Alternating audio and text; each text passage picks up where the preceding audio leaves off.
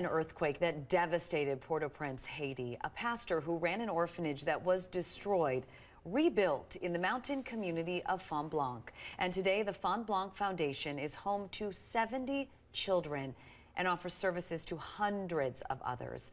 Joining me today is Tia Buns, the executive director of the Font Blanc Foundation, and we talk every year. I always look forward to getting updates from you. Me too. Although I will say, in covering the events over the last year, we're seeing real issues, violence. We talked about kidnappings at one point. I was reading an article that the neighboring Dominican Republic was calling it a type of civil war almost happening. How are the kids at the orphanage doing? We feel really lucky because our kids are very isolated up in the mountains and they don't really know what's happening in the city.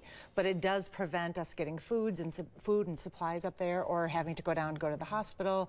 And so we're trying to kind of create this safe ecosystem up there because it is so bad in the cities right now. And you can't even get in? You can't get there? No, we haven't been able to go for 3 years. And the good thing that has come out of this is that our partners down there, they're so capable and resilient, and they're doing a wonderful job. And so we just are trying to provide resources for them to continue to do what they're doing with the children, to educate the children and create a safe environment for them to be able to play and live. And we have pictures of the kids, and I love seeing them because they always look just so great and so happy, and the area just looks so, you know, like they're thriving, and that's the opposite of what you see when you see images coming out of Haiti. Right. What are their biggest needs right now? Well, their biggest needs are trying to be able to get supplies up to them. And so we've been trying to like create this farming area and chicken operation so that the food isn't as scarce for them.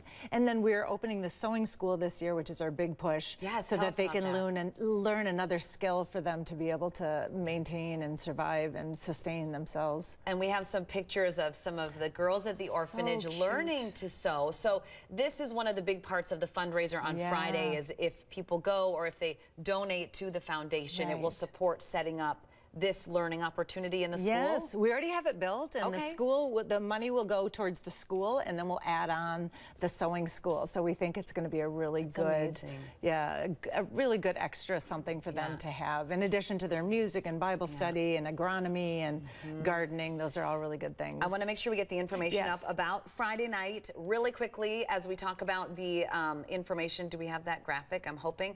I'm going to tell you it's 7 to 11 at Morey at the airport. There it is right there. Really quickly, your favorite thing about this night, like why people should go? Oh, the live music. It is a great atmosphere. You get to learn a little bit about the kids, and it is just a really fun event. And if you can't attend, you can sponsor a child. I was looking through their sweet faces today.